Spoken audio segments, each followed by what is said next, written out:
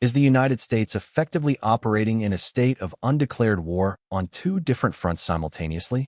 We are seeing a level of kinetic military action that we haven't witnessed in years, with lethal strikes taking place in the Pacific against narco-terrorist vessels and escalating confrontations with Iranian forces in the Middle East. Before we continue, if you want to stay on top of everything happening in U.S. politics, hit that subscribe button right now and leave a like. It really helps this channel grow and ensures you don't miss our deep dives into the stories that matter. Let's look at the facts. In just the past week, U.S. Southern Command has executed 4 separate lethal strikes against vessels in the Eastern Pacific. These aren't just intercepts, these are kinetic engagements. We are talking about vessels operated by designated terrorist organizations that were actively transiting narco-trafficking routes. Just this past Saturday, a strike ordered by Southcom Commander General Francis L. Donovan resulted in the deaths of 3 men. This follows a strike on Friday that killed 3, a Wednesday strike that killed 2, and a Tuesday operation that killed 1, while leaving 2 others to be picked up by the Coast Guard. But it doesn't stop at the Pacific. Simultaneously, CENTCOM has been engaged in what they are calling self-defense strikes against Iranian interests.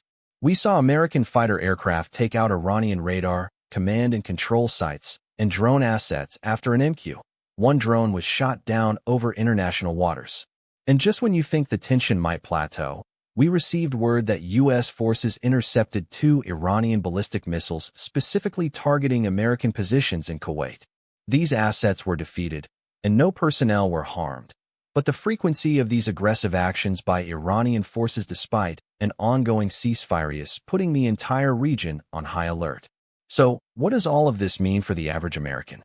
First, we are seeing a massive shift in how the U.S. military defines defense. Whether it is intercepting a cartel vessel in the Pacific or engaging Iranian drone controllers in the Middle East, the U.S. is adopting a posture of immediate, overwhelming response.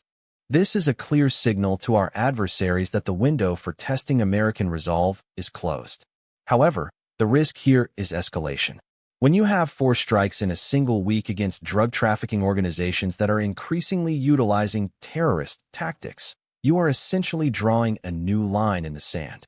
Are these cartels simply the logistical arm for bad actors looking to destabilize the hemisphere?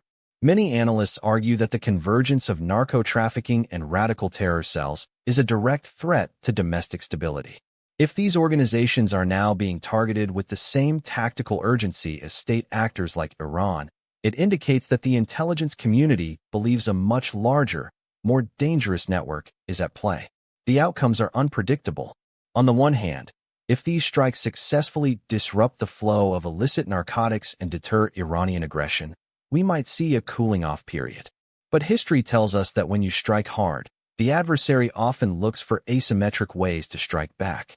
We are currently watching a high-stakes game of geopolitical chess where the margin for error is razor-thin.